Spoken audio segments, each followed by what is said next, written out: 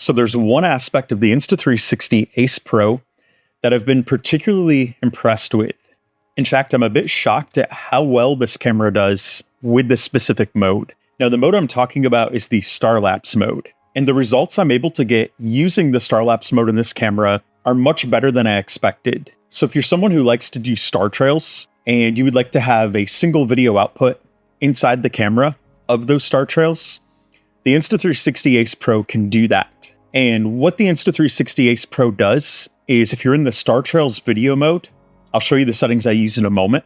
It also gives you all of the individual photos that it took to make that Star Trails video. And you can then take those photos and you can do a night lapse with those. Now, the photos that it saves are JPEG photos. You can't do RAW photos, at least not yet in this mode. But you can have the photos and the Star Trails video, both of them, from the same function. The night lapse I'll be showing you after these settings, that was entirely from those JPEG files, and I did not do any editing with those. Those JPEG files are about 1.5 megabytes to 2 megabytes in size, and they're only a 12 megapixel resolution. But because of them being the 12 megapixels, it actually helps with some of the noise removal, and they look really good just right out of the camera. So I'm going to show you the settings I use to get the Star Trails video and the photos that I use to make the night lapse in this video. So what you first want to do is you want to power on your camera, and you want to make sure you're in Starlapse mode. Once you're in Starlapse mode, you're going to tap down here at the bottom, and you're going to make sure for the type that you're in Star Trails video. And then you want to make sure your ratio is set to 4:3. It's going to give you that aspect ratio where you can add some vertical movement to it if you would like to. And your photos will have the same option if you want to make a night lapse with those. For the duration, I recommend selecting infinity. That way your night lapse can just go all night if you'd like it to, which I recommend doing. It's going to give you the longest one to work with.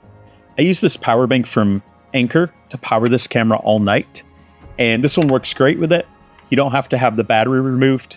You can use this to connect it and power it all night for night lapses, and it does a great job. For the timer down here, I recommend setting either 3 seconds, 5, or 10. That's going to give you time after you press this button for your camera to stop moving. And of course, you'll want your camera on a tripod. Once you've set those parameters, you're going to swipe back down, and you're going to swipe in from the right. And you want to go over here and click on the M for manual. First of all, for the shutter speed, if you're at a night sky where you're away from an urban area, I recommend doing 30 seconds. It's going to capture the most star details.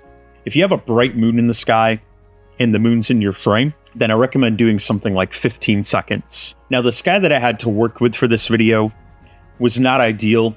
There was a moon that was between half and full rising in the sky during the second part of the night. There were, of course, some clouds in the night lapse as well, but the results were still pretty good. For the ISO, the Ace Pro defaults to 2000 here. You can do the 2000. I usually go a little bit lower. I do about 1600. I feel like that gives the best results, but you can definitely do the 2000. If you have a really, really dark night sky, there's no moon in it, and you're in a really dark area away from the city, you could bump the ISO a little bit higher, and you'll still get good results, because like I said, there's not a lot of noise in these photos. EV comp will be grayed out. Can't change that setting in this mode.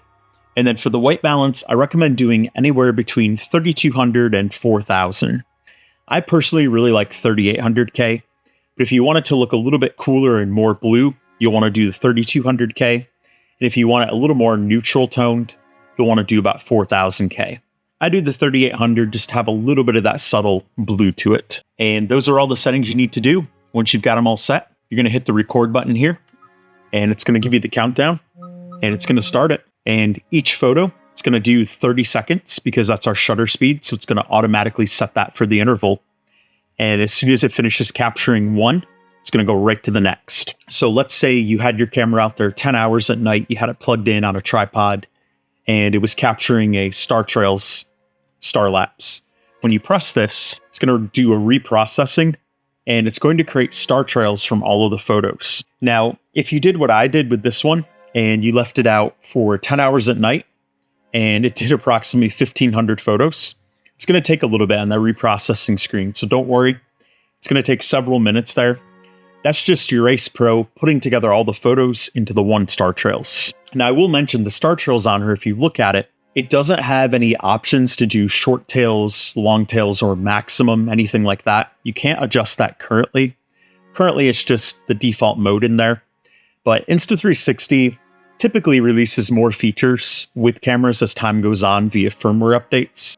I would not be surprised if Insta360 releases an update where you can adjust the tail length on the star trails. So if you've recently picked up the Insta360 Ace Pro, I definitely encourage you to try out that Starlapse setting and see what you think.